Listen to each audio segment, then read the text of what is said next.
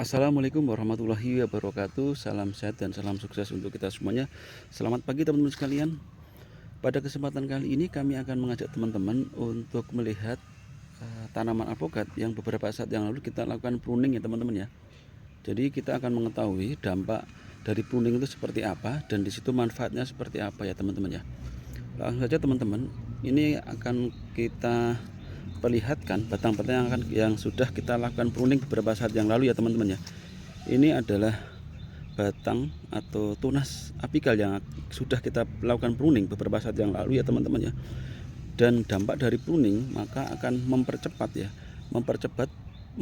pertumbuhan cabang lateral sehingga akan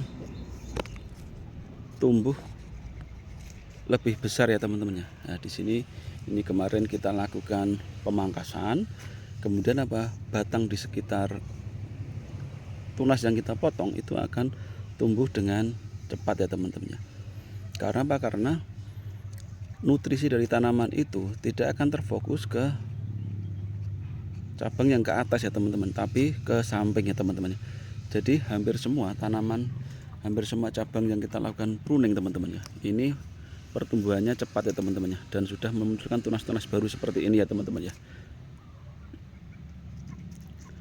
Dan disitu dengan kita lakukan pemangkasan atau pruning akan membentuk dari tanaman itu sendiri ya teman-teman ya.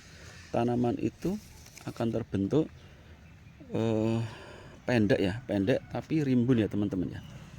Sehingga ketika tanaman itu pendek dan rimbun akan terlihat lebih bagus ya teman-teman ya, akan terlihat lebih indah dibandingkan dengan tanaman yang tanpa kita pruning di situ menjulang ke atas ya teman-teman ya. Sehingga kami anjurkan ketika teman-teman melakukan penanaman tanaman alpukat, usahakan dilakukan pruning atau pemangkasan secara teratur ya. Karena apa? Karena selain untuk pembentukan cabang, pruning itu juga bermanfaat untuk mempercepat pertumbuhan tanaman ya teman-teman ya. Dan di sini teman-teman, ini tanaman ini kita lakukan pruning secara rutin, dan di sini cabang utamanya juga sudah besar ya teman-teman ya. Cabang utamanya besar dan di situ percabangannya pun juga terlihat indah ya teman-teman ya. Dan di situ proporsional antara cabang yang satu dengan cabang yang lain itu terlihat proporsional ya. Jadi ketika teman-teman menanam tanaman alpukat, usahakan pruning tetap dilakukan, dan disitu disesuaikan dengan kondisi tanaman dari teman-teman sekalian ya. Disitu disesuaikan pruningnya, itu disesuaikan dengan kondisi tanaman teman-teman sekalian. Dan yang penting ketika melakukan pruning itu adalah tunas apikal ya teman-teman, tunas yang menghadap ke atas ya. Karena apa? Karena ketika tidak dilakukan pruning maka sari-sari makanan itu dari akar, dari bawah ya, dari batang utama itu akan terdistribusi, yang paling utama itu ke atas, ke tunas apikal ya. Tapi ketika kita pruning maka akan menyebar ke kanan kiri dari tunas apikal yang masih kita sisakan ya. Jadi manfaatnya seperti itu ya teman-teman ya.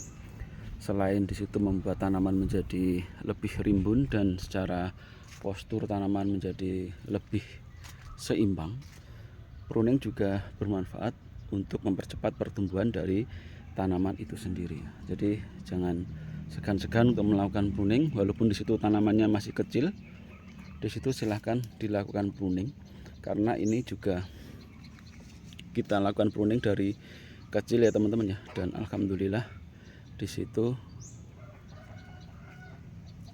bisa tumbuh dengan baik dan tumbuh dengan cepat ya teman-teman ya. Demikian ya teman-teman sharing dari kami, mudah-mudahan bermanfaat bagi teman-teman sekalian, dan motivasi dari kami tetap semangat menanam, tetap semangat menghijaukan bumi.